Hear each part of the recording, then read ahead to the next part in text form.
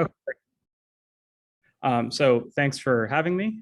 We are going to discuss two articles that are both testing immunomodulatory therapy for COVID-19 in the hospitalized or ICU setting. And these are two trials with very different methodologies that found differing results. And one of them is a Bayesian adaptive randomization trial.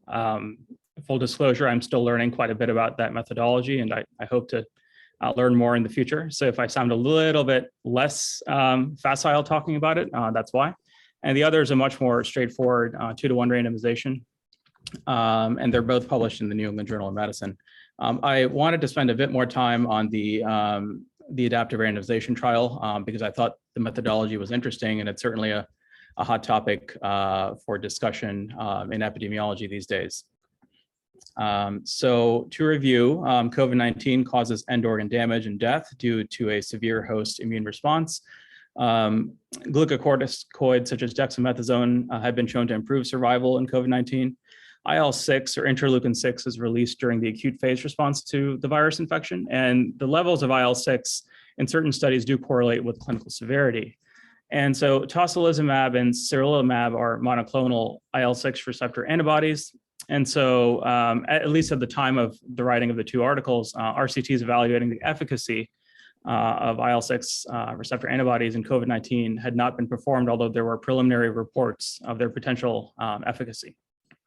And so the REMAP-CAP trial or study was a very interesting multi-factorial adaptive platform trial evaluating community-acquired pneumonia. I did get the sense that this was formulated before the pandemic began and then was rapidly adapted to meet the needs of the pandemic. And so this was an international adaptive platform trial evaluating treatment strategies for patients with severe pneumonia. The effectiveness of the interventions varied by subgroups in pneumonia, so bacterial versus viral pneumonia, or by what kind of treatments patients were receiving, whether they were receiving antibiotics with or without corticosteroids. And so because the authors thought traditional RCTs were slow to implement, especially in pandemic settings, they thought that this adaptive trial would be a good method to try to rapidly answer questions. And as luck would have it, there was a pandemic shortly afterward. This was a point of care RCT, meaning it captured eligible patients in the clinical moment, usually by triggering a trial apparatus via the electronic health record. The trial apparatus in question was that they would push an order set to the treating clinician that would basically have the orders for certain types of medications ready to go for the clinician to sign off in the intensive care unit setting. The point of care RCTs are often used for implementation science or pragmatic trials, but doing it in an ICU setting was quite useful. And so embedding this trial into routine care reduces operational complexity for the trial, which is different, of course, from methodologic complexity, as we'll get to when I start attempting to talk about the Bayesian statistics. This was an adaptive platform trial, meaning that there are several questions that can be answered either simultaneously or sequentially regarding various types of therapies. And the focus is on a broader disease state, such as COVID-19 pneumonia, rather than a single question related to COVID-19 pneumonia and a specific treatment. And this group had done a prior trial of a 7-day fixed hydrocortisone dosing versus shock-dependent dosing of hydrocortisone, which showed 80% and 93% probabilities of superiority versus controls. And so they already had a well-functioning trial infrastructure ready. Just to quickly go through this for interest for those who might be students who are not familiar with the methodology. The patients, so before the trial was begun, it was designed by specifying very broad questions regarding the target population, meaning patients with pneumonia, and then subgroups, clinical subgroups within this population, such as patients who might require ventilation or patients who might have bacterial infection. And then within those subgroups, what type of interventions might be worth comparing. And so an overarching Bayesian inference model is constructed using initial sets of interventions ordered within domains, and we'll explain what domains are. And then Monte Carlo simulations were run about how the trial might unfold under alternative truths regarding treatment effects, including treatment effect heterogeneity across subgroups, and also interactions across between different types of treatments. What that means is there's a lot of math done up front for Bayesian adaptive randomization. And then so the actual randomization, there's initially patients are randomized with fixed allocations to each treatment arm, proportional to the number of arms. However, later on, as the trial goes on, the randomization weights are adjusted as we update the probabilities from the Bayesian inference model. And so it's not necessarily 2-to-1 randomization as our subsequent RCT will be, but the weights are adjusted. And as you'll see, there are significant differences in the size of the samples, the amount of patients allocated to each comparison group as the trial progresses. The embedding, this is the pragmatic aspect, that there's tight integration into clinical operations, including a clinical point of care message in the electronic health record to flag and enroll patients. And again, crucially, they just push an order set to the doctor who can just immediately sign off and randomize the patient to a certain intervention, which is really, from the clinical standpoint, quite admirable because it's very hard to recruit patients and take them out of the usual workflow to have them be screened and then randomized. So embedding it into the point of care is quite effective at increasing enrollment and also reducing operational costs. And so then here's, we'll talk in more detail about this. Here are the multifactorial intervention assignments. So the treatment regimens are assigned as a regimen. And so the horizontal group is a regimen. And within each regimen, there's different types of options. So domain A might be, say, are they receiving immunomodulatory therapy or not? And then there's different types of immune modulatory therapy, including controls that have none.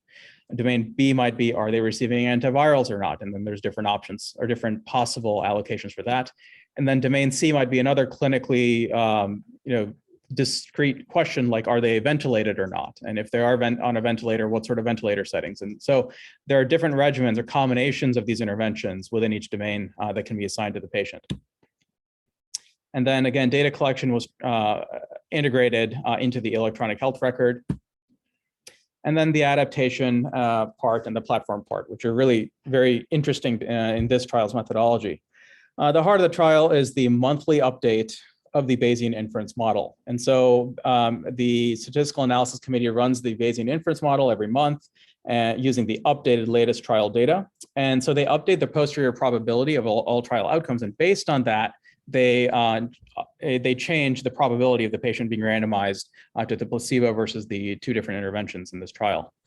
And then the platform trial, that's a little different. I don't want sort of students to get confused between the adaptive aspect and the platform aspect, but basically this is supposed to be an ongoing continuous RCT that is designed to answer multiple different questions, either sequentially or simultaneously. And so there are other questions aside from the tocilizumab versus placebo. There are other questions regarding ventilator settings, corticosteroid use, et cetera, that are continually assessed as this trial goes on. So quite the model for clinicians seeking to conduct RCTs in clinical practice. So here's the actual article. And so any questions so far? So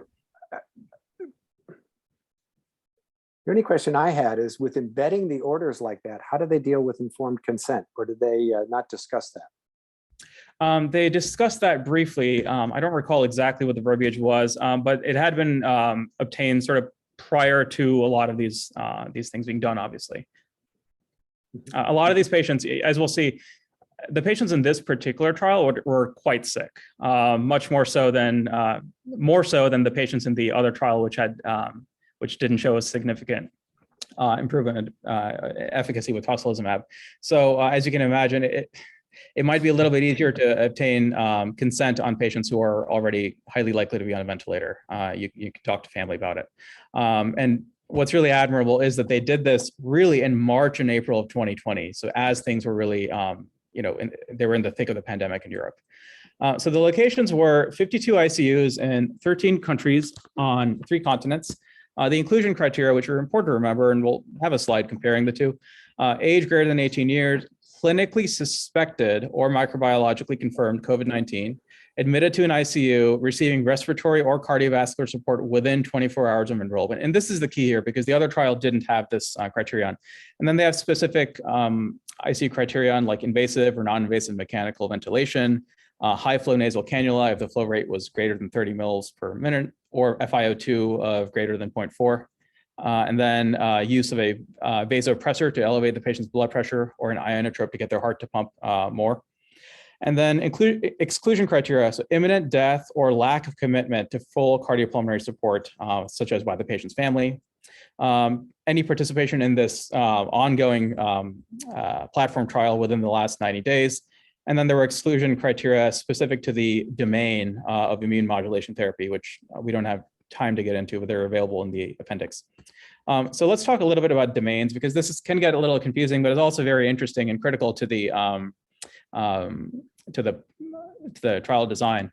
And so each domain, again, is a treatment category. I explained this before. So antiviral therapy can have multiple possible interventions. Anti-inflammatory therapy, which is the main topic of interest in the trial today, can have multiple possible interventions. And then ventilator settings can have multiple possible interventions. And so as you can see, there are many different permutations of interventions across different domains that you can have.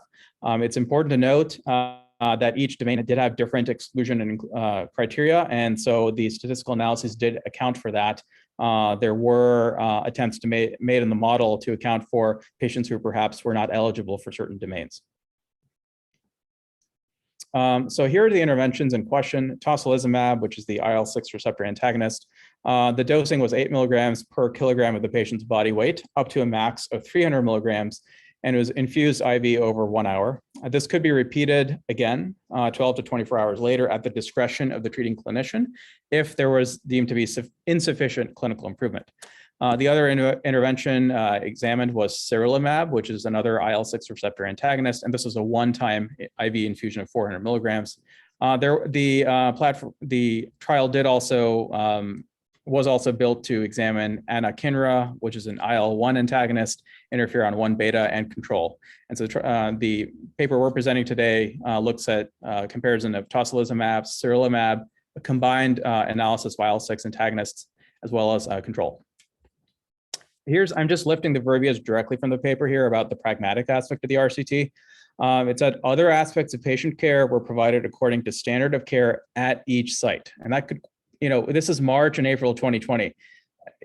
All respect to ICU doctors, but there were a lot of open questions, and so nobody quite had very rigorous protocols necessarily about how to treat COVID-19. There were several sort of developments in how we treat COVID-19 pneumonia, such as prone positioning, that were not even widely used at that point. And so there may be considerable variation, I think, by randomization site. It said participants could also be randomly assigned to other interventions within other domains, depending on domains active at that particular site, patient eligibility, and consent. So again, there's a lot of heterogeneity in other treatments, and potential confounding, you can make the argument. Although, as I'll try to talk about, the analysis try to account for this heterogeneity. Randomization for the glucocorticoid domain closed on June 17, 2020, because there was a trial that had been completed showing the efficacy of evaluating the efficacy of glucocorticoids.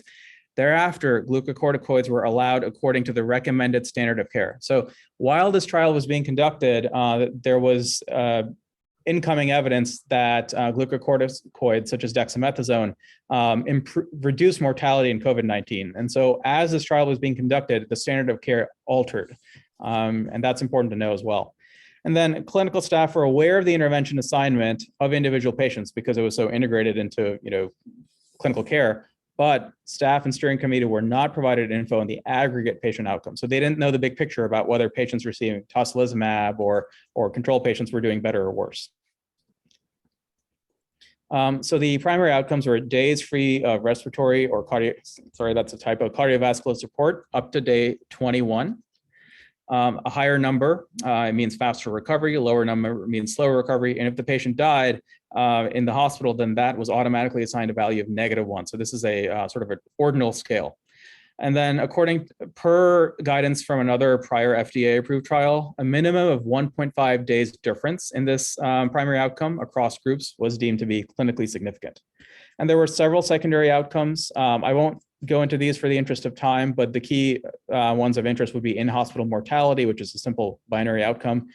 90-day survival, and number of days that the patient did not require cardiovascular or pulmonary support, time to discharge, and time to hospital discharge. This is where I get a little dicey in my explanations, so I apologize, but this is of great interest, I think, to many people in the audience. But the analysis involved a Bayesian cumulative logistic model where they calculated the posterior probability of distributions of the primary outcome based on evidence accumulated in the trial, as well as a prior probability distribution from previous knowledge before the trial began. And prior distributions for individual treatment effects were neutral. This was adjusted for trial location, nested within a country, age, organized into 6 categories, sex, and then time period with 2-week calendar epochs, because again, they were concerned that treatment standards were evolving in real time as the trial was enrolling. And then they evaluated treatment effects. The model incorporated treatment effects for each intervention within each domain. And so treatment effects for these 2 IL-6 receptor antagonists were nested into the model with a hierarchical prior distribution, sharing the same neutral prior distribution and an overall IL-6 receptor antagonist effect. And as you'll see later on as well, they kind of they combined the data for the 2 interventions as well in a separate analysis. And distinct intervention-specific effects were estimated. And when they observed consistent effects for both the 2 IL-6 receptor antagonists, the posterior distribution, which for each intervention effect was shrunk toward the overall effect for IL-6 receptor antagonists in general. And then they pre-specified treatment by treatment interactions across domains. They acknowledge in the limitations very clearly that this is, the modeling is very complex for most clinicians to understand. The primary analysis conducted in all the patients and with severe disease was conducted in all patients with severe disease, randomly assigned to any domain. The inclusion of patients outside the immune modulatory domain allowed incorporation of all the information. So if patients were not assigned to one of the 3 interventions in question, they still included data because they thought that that would improve, provide more robust estimation of the coefficients for all the covariates. And not all patients were eligible for all the domains or all the interventions. And so the model included covariates reflecting whether each patient was eligible for different treatment domains. And so they calculated the cumulative log odds for the primary outcome, and a value greater than 0 reflects an increase in the cumulative log odds for the outcome, the primary outcome, implying a benefit. And they also used Markov chain Monte Carlo algorithms that drew iteratively from the joint posterior distribution, which allowed recalculation of the posterior odds ratios with 95% credible intervals and the probability that each intervention was optimal or was superior to control, or that the 2 interventions were equivalent, meaning the 2 IL-6 receptor antagonists, or that an intervention was futile compared to control. And so in that case, an odds ratio greater than 1 represents improved survival, more organ support-free days, or possibly both. This is the last slide where I read off. I apologize for this. They also looked at the predefined statistical criteria for determining trial conclusions and for triggering the disclosure of results. And so this is where there's an adaptive randomization aspect where they can more quickly reach certain conclusions and trigger disclosure of results and move on to the next question. So these criteria were a posterior probability of greater than 99% that one of the interventions was more effective than the others, an inferiority conclusion if the posterior probability that an intervention was more effective was less than 0.25%, intervention efficacy if the posterior probability of the odds ratio greater than being 1 was greater than 99%, intervention futility if the posterior probability, the odds ratio was greater than 1.2 was less than 5%, or equivalence if the probability that the odds ratio was between 0.83 and 0.12 was greater than 90%. So if these criteria were met as they updated their posterior probabilities, then that triggered disclosure of the results. Here's the timeline for this trial. The first patient was enrolled in March 9th, which is admirably early. April 19th, the first patient was randomized to the IMT domain as this drug became available. And June 20th, sarilumab became available. By October, the interim analysis was completed, and the DSMB reported that tocilizumab met this statistical criteria for efficacy with a posterior probability of 99.75%. And in November 19th, no more assignment was done to the control. Randomization continued between different active IMTs. And then later on, sirolimus, which joined the trial late, also met the criteria for efficacy. The overall timeline, it's quite admirable, again, with just the fact that they're in the middle of a pandemic and that they're learning information on the fly. So it is important, I think, to talk about concomitant medication use. This is potentially a limitation, although their models tried to account for this. Corticosteroid use. So the majority of patients who were enrolled after a different trial, the recovery trial, showed superior efficacy with use of dexamethasone in preventing mortality. So 93% of patients in this trial were treated with glucocorticoids at enrollment or within the following 2 days. The remaining sort of minority of patients who were recruited before, about 107 of the 158 were randomized to the corticosteroid domain as well and received some sort of corticosteroid in the majority of cases. Remdesivir use was recorded in 33% of patients. And then adherence to the IMT allocation. Again, this is embedded within clinical practice, so that increases the risk of non-adherence if the clinician, say, changes the treatment for the patient. In the tocilizumab arm, 92% of patients received at least 1 dose and about 30% received a second dose. In the sirolimus group, 90% received the assigned drug, and in control, only 2% received IMT outside the protocol. So adherence is quite good. The baseline characteristics overall across the groups were fairly similar. In the interest of time, I do want to move on. Here's the primary and secondary outcomes. As you can see, the mean number of organ support-free days, the median number was higher in the tocilizumab and sirolimus group compared to controls, with an adjusted odd ratio of 1.65 compared to control in the tocilizumab and group, and the sirolimus group was 1.83. And then when you look at the proportion of in-hospital deaths, again, it's lower in the tocilizumab group and the sirolimus group relative to controls. And then when you look at the adjusted odd ratio for in-hospital survival, it's 1.66 in the tocilizumab group and 2.25 in the sirolimus group relative to controls. And the probability of superiority control was deemed 99.6% and 99.5% respectively. And then when you look at secondary analyses of primary outcome with an adjusted odds ratio, again, very similar findings across the board.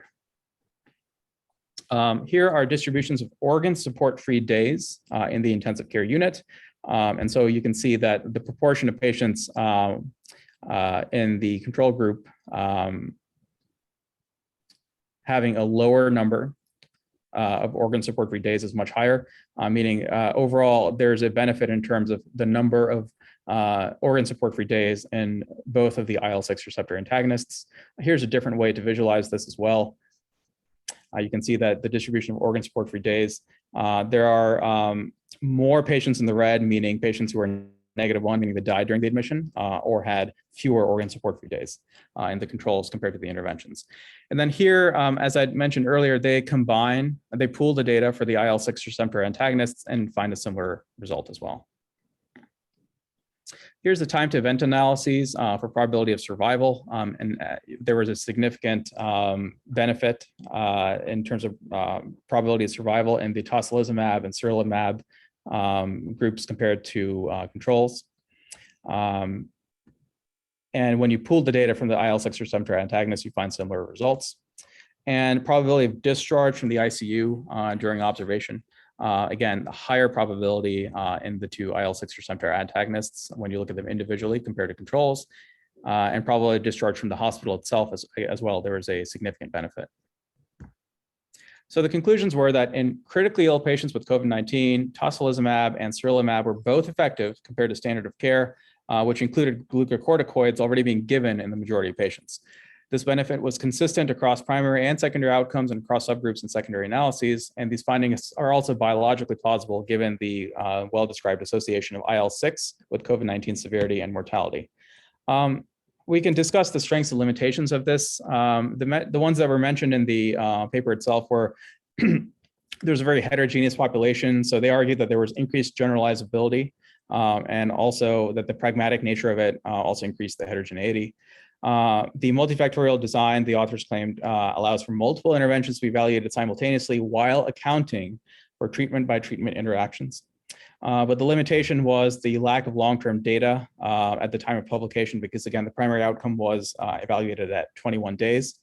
And they also admitted that the trial design was quite complex for clinicians to understand. Really quick, I do want to pivot to a different trial, which showed very different results, and we can discuss in the Q&A why the results might be different. So this is Rosas et al. And this is a trial of tocilizumab in hospitalized patients with severe COVID-19 pneumonia. This one, a more familiar methodology of an RCT. This was a randomized study in 62 hospitals in 9 countries across Europe and North America. The inclusion criteria were age greater than 18 years. And here, this is where it differs. Severe COVID-19 pneumonia defined by confirmation via PCR of bodily fluids, which is different from the other trial where it was clinically suspected COVID-19. Bilateral chest infiltrates on X-ray or CT scan, and O2 saturation less than 93%, or PO2 to FiO2 less than 300 milligrams. There's no mention of ventilation. There's no mention of need for cardiovascular or respiratory support. They excluded patients, again, similar to the other trial, where the clinician deemed death to be imminent or inevitable within 24 hours. And interestingly, they also excluded patients with active TB, tuberculosis, fungal or viral infection other than SARS-CoV-2. And this is, again, a difference from the other trial, which didn't require PCR confirmation and didn't exclude other types of infection. This is their verbiage on concomitant care. Standard care according to local practice, meaning antiviral treatment, low-dose glucocorticoids, convalescent plasma, and supportive care was provided. However, concomitant treatment with any other investigational agent except for antivirals or any immunomodulatory agent was prohibited in this trial. This is their allocation system, 2-to-1 permuted block randomization.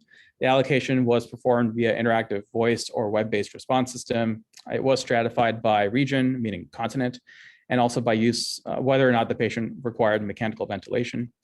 The interventions in question were quite similar, tocilizumab, similar dosing. And again, if there's no clinical improvement or if there's worsening, then a second dose could be given shortly after. And then the control was just placebo plus standard of care. So this was placebo controlled. And then their outcome metric also differed a bit. This was on an ordinal scale measured every single day from baseline until discharge. And here's the ordinal scale. Basically, higher numbers are bad. The one ranging from 1, where they were discharged or just ready for discharge, 2, meaning they're not in the ICU, they don't need oxygen, 3, they need oxygen, 4, they're in the ICU, or if they're not in the ICU, they still need high flow oxygen. 5, they're in the ICU and intubated or mechanically ventilated.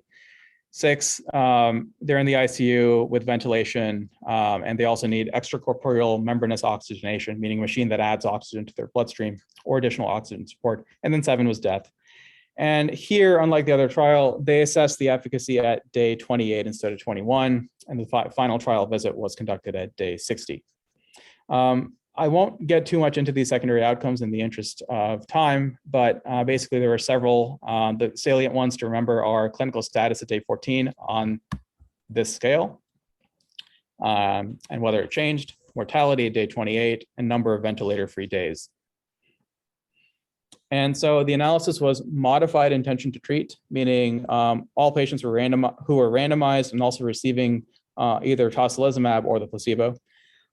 Their power sample size calculation showed that a sample size of 450 patients would provide 90% power to determine a between group difference in the primary outcome at 28 days, assuming an ordinal scale distribution corresponding to an odds ratio of 2.0. And if the significance was met, then they would test mortality at day 28 at the 5% level using a hierarchical approach, and no other adjustments for multiple comparisons were planned. And again, more details about the analysis plan.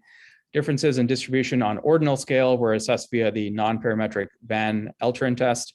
Proportional odds modeling was used to calculate odd ratios and 95% confidence intervals to determine odds being in a better clinical status category across the two groups. Multiple imputation was used to handle missing data, and this data was assumed to be missing at random within the strata and the different groups. And this was implemented via bootstrapping. And then the Cochrane-Mantel-Haenszel test was used to analyze differences in mortality, incidence of ventilation or transfer into the ICU. And Van Alstern test was used to assess differences in the number of ventilator-free days. Death was considered to have 0. So that automatically triggered a score of 0 when you are looking at ventilator-free days. And then the log rank test and Kaplan-Meier plots were used to assess secondary outcomes when they were doing time to event analyses. Here, I just want to briefly go over enrollment randomization observation.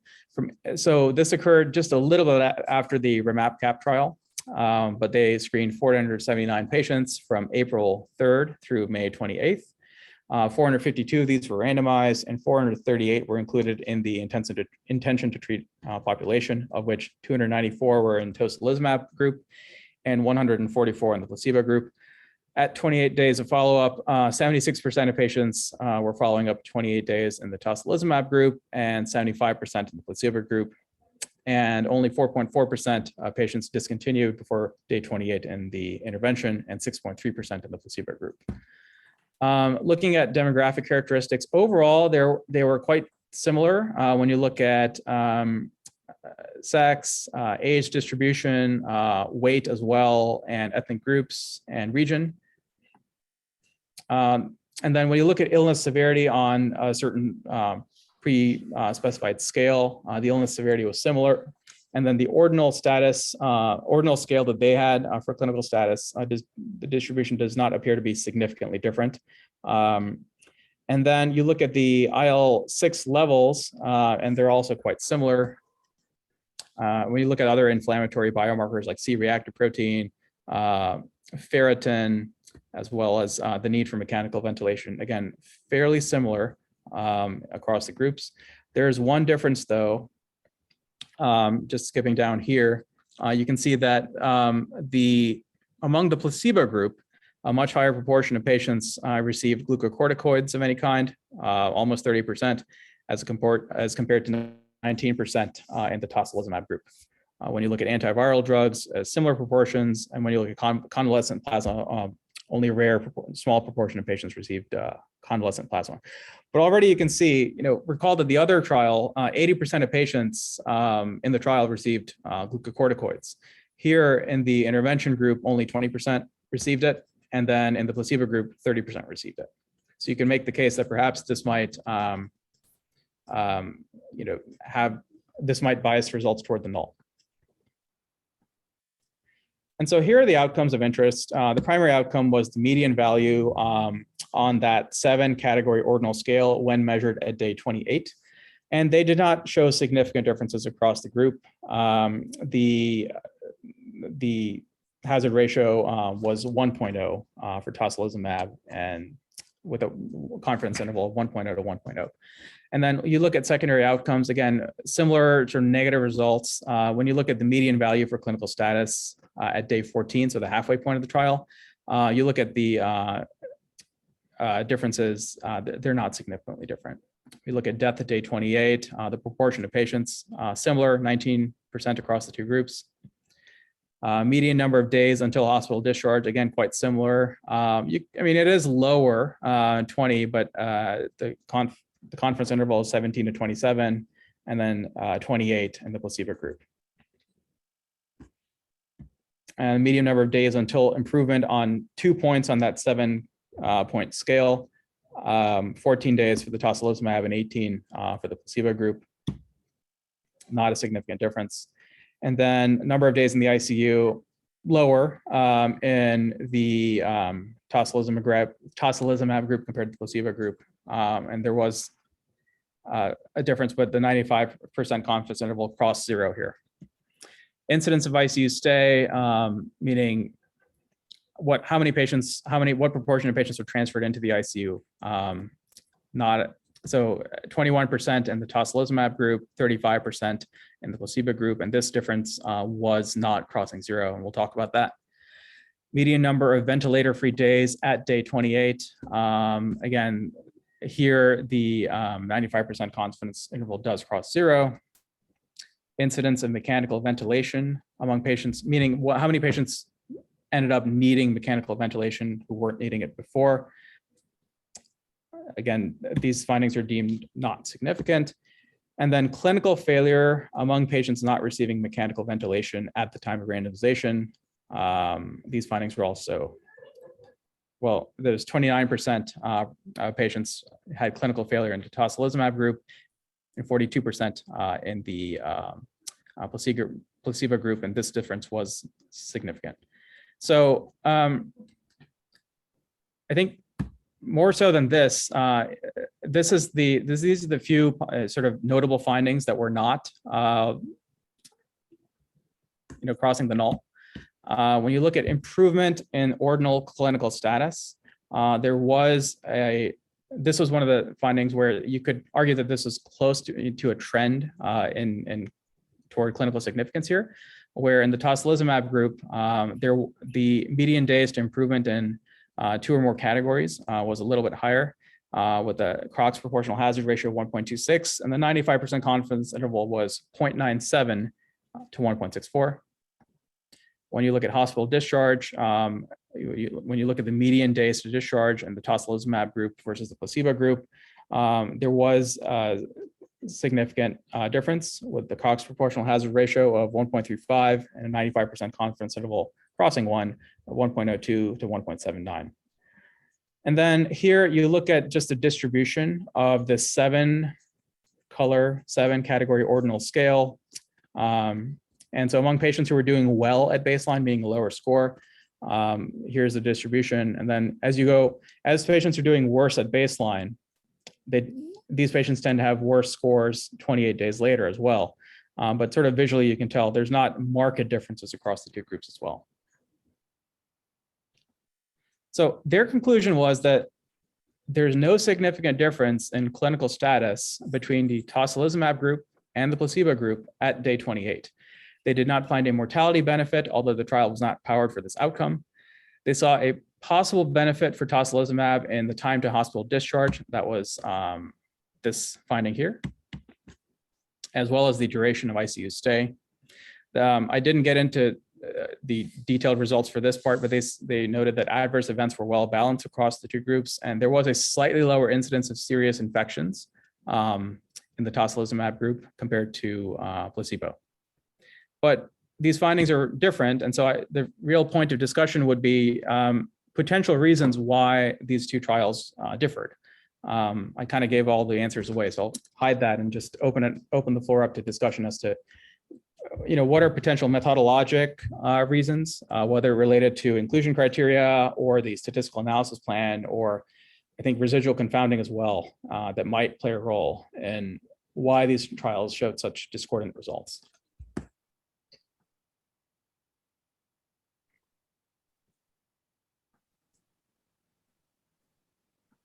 Hi, Dr. Shekhawat. Thanks for that presentation. I've got a suggestion or a question for any sort of statisticians on the call. Is it common to use the median outcome on an ordinal scale to define the primary outcome? Because that, in the second trial, that seems sort of a very low resolution choice of outcome.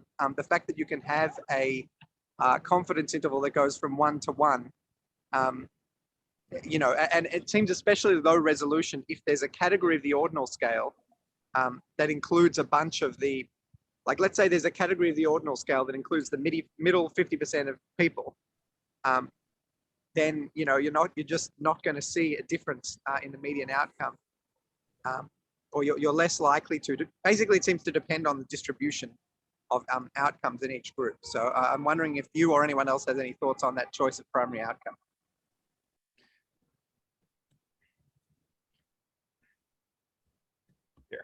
Here's the ordinal scale for their primary outcome.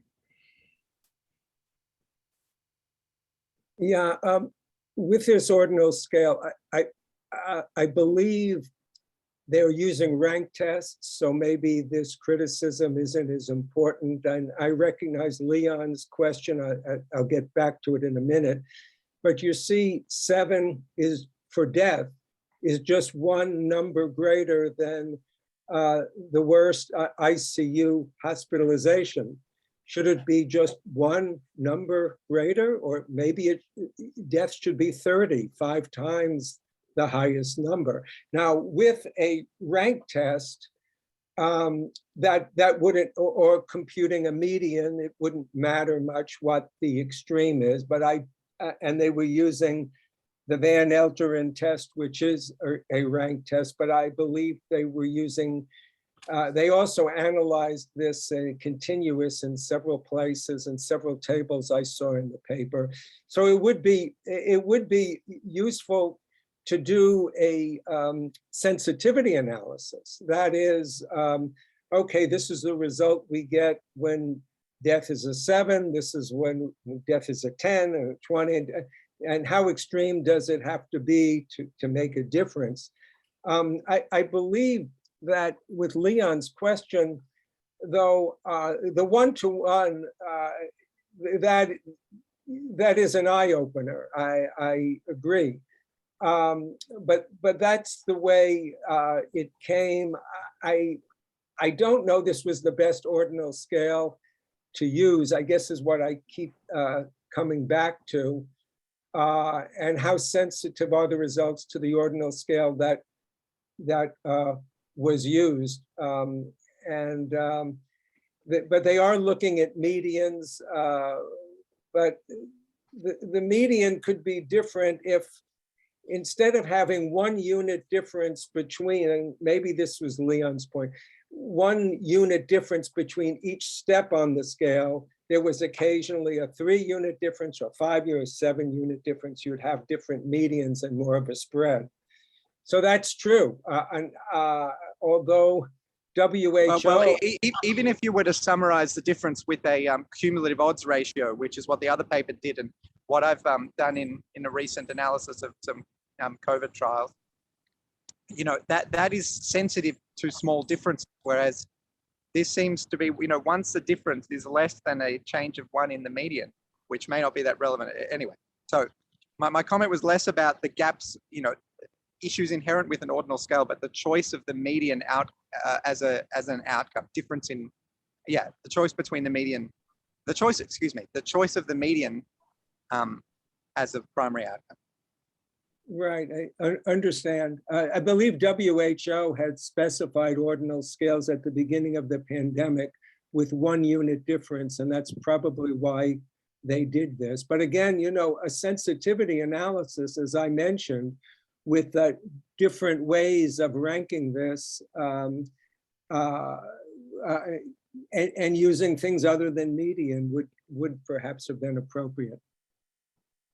Yeah, so, you know, I look at these results and I say, when you look at that difference, both groups are doing well. And that's the problem. Your outcome measure is not sensitive, is not a sensitive measure when both groups are doing reasonably well. And if you look carefully down the line, for most of the outcomes, tocilizumab is better.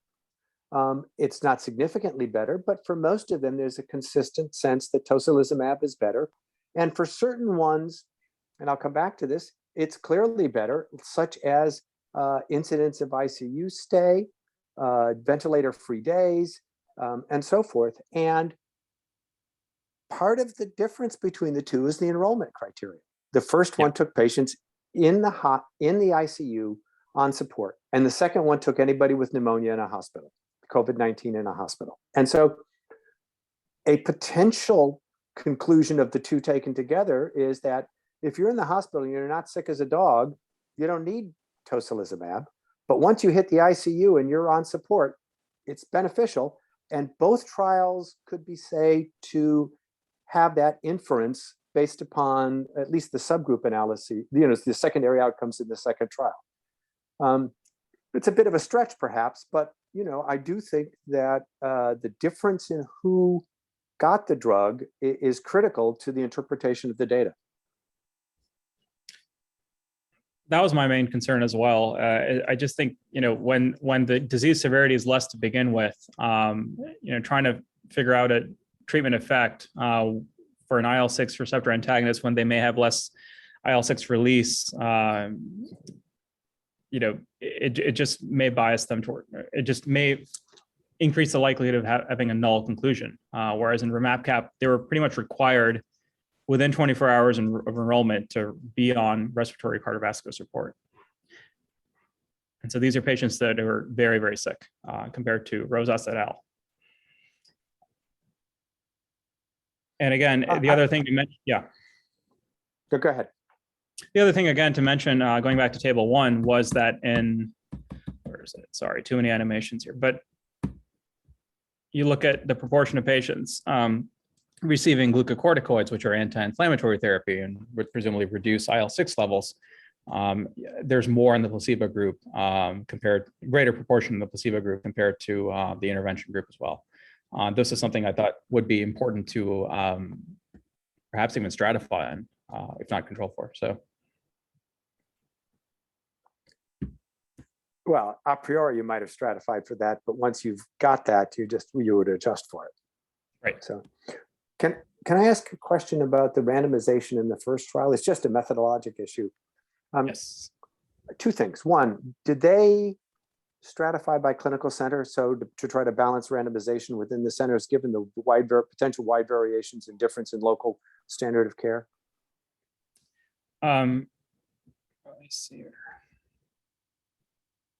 I didn't see it on your slides, and I just can't remember. I'd have to look up carefully. But if they didn't, that is, of course, one way to deal with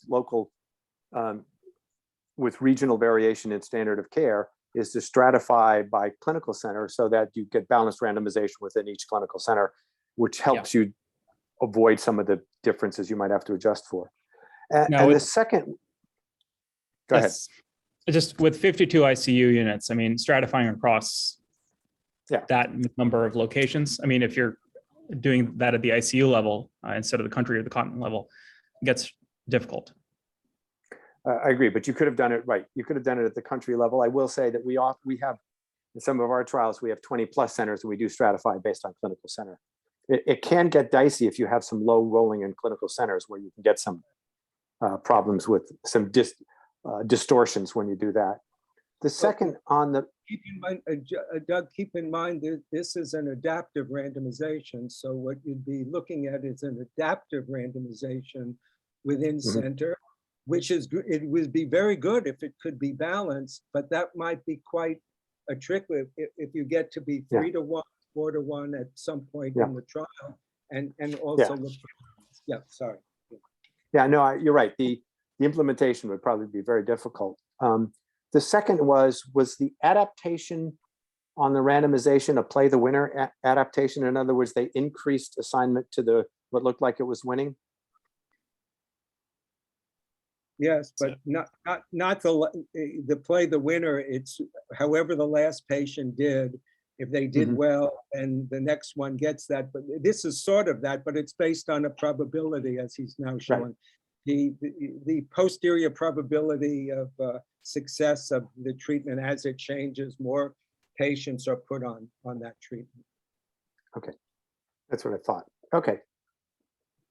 Well, Doug, I was wondering if you were getting to the fact is, it surprises me that this seralulimab group is so small. Yeah. That, and with kind of, it seems like equivalent or, roughly the same treatment effects. Is there any, I mean, did they start that at the same time? Well, it started a bit later. The timeline, I think it was started in June, June 20th. And interestingly, they didn't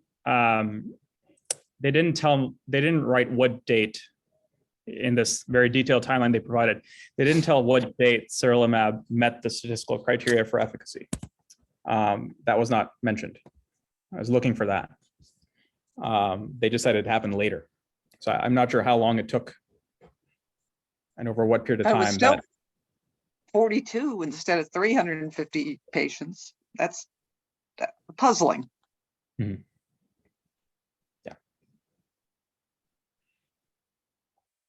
Yeah, I agree. Are there members of the audience who have done adaptive randomization for trials at Hopkins?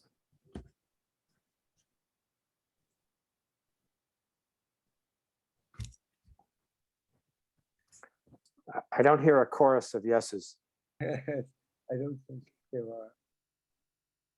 Point of care trials, I mean, I've been a little bit involved with them. They're really great when you can make them work and when the doctors go along with it. But combining that with adaptive randomization sounds quite complex to do, because those are, in my head, at least two separate methodologic challenges. One related to allocation, one related to almost like adherence to the allocation, making sure the doctors do what you tell them to do at the point of care, and they don't feel like their decision making is being impinged upon.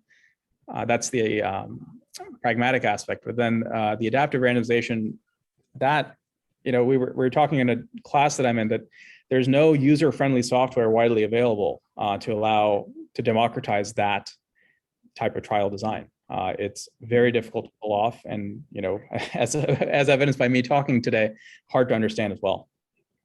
Well, But doesn't RemapCap they had a central center? I mean, they were ongoing and they added this in. So, Yes. Most of the time when you randomize, whether you, get on a computer and enter some data, that the clinician isn't experiencing the complexity of the process. Yes, but the epidemiologist is. Yeah, I agree with you on that, but I don't see how that would influence. I'm saying those are, yeah, I'm saying those are separate issues in my head. The pragmatic aspect is, I think, in some ways easier to implement as long as you can integrate the allocation into the clinical workflow.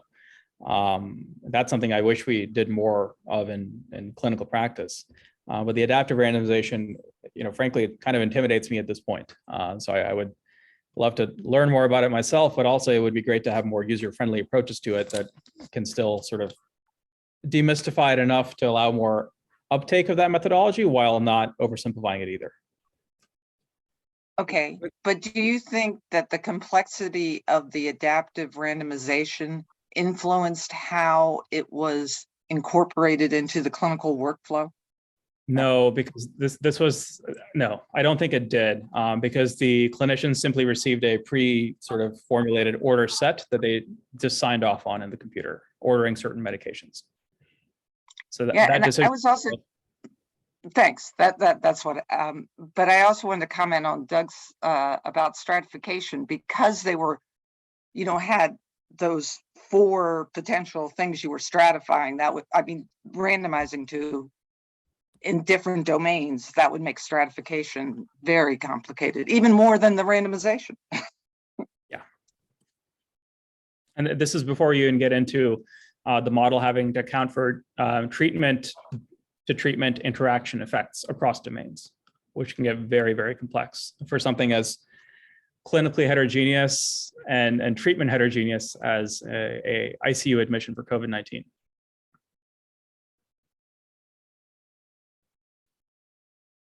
So I think the real question, of course, comes down to the fact that you're an ICU physician. I realize you went into ophthalmology not to be an ICU physician, but let's say you were. Yeah. And the patient's got COVID-19 and goes on a respirator. Are you going to, and you have a choice, are you going to give them tocilizumab or sarilumab? I would give it because even if you were to say that, well, I don't understand the RemapCap, but therefore it's, the results are not valid, I still think a median improvement in two or more categories in ordinal clinical status. There are some significant findings here. There's a trend towards statistical significance, if that's something you want to hang your hat on, across multiple secondary outcomes.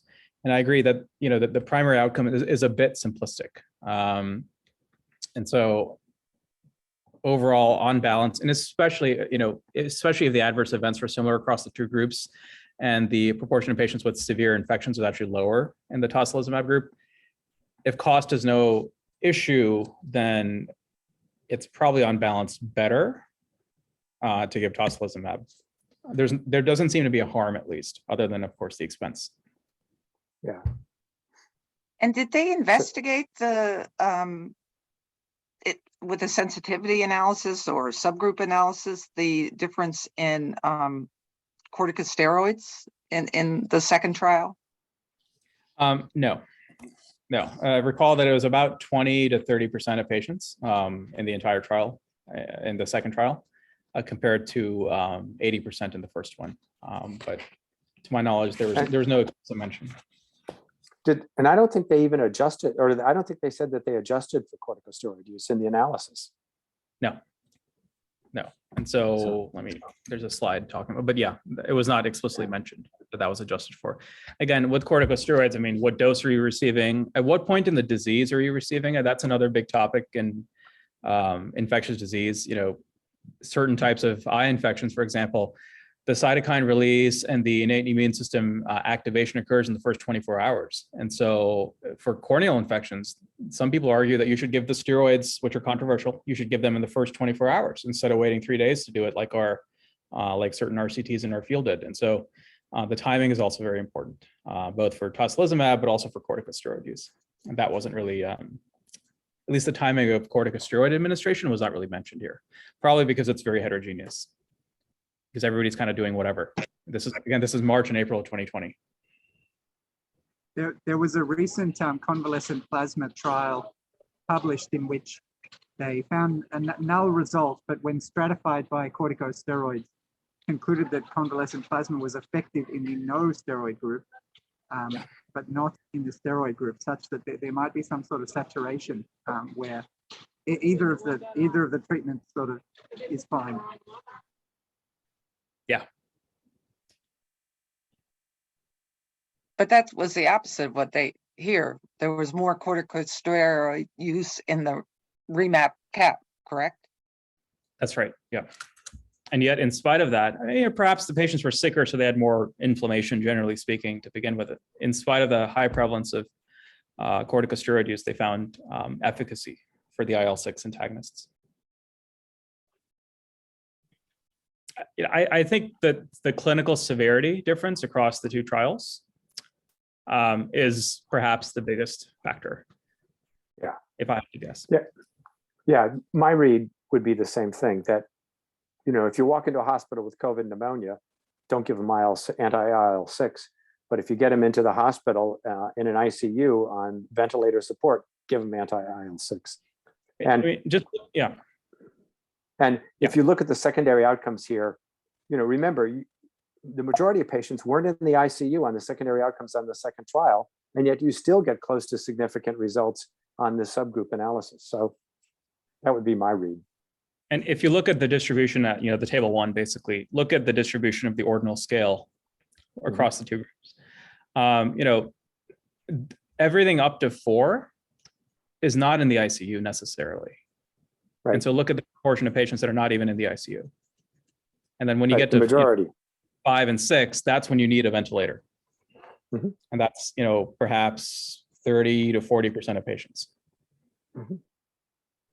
Whereas in the remap cap, it was a requirement for enrollment. Yep. So we're almost out of time. Any other questions, comments? If not, nice job. Interesting papers. Yes,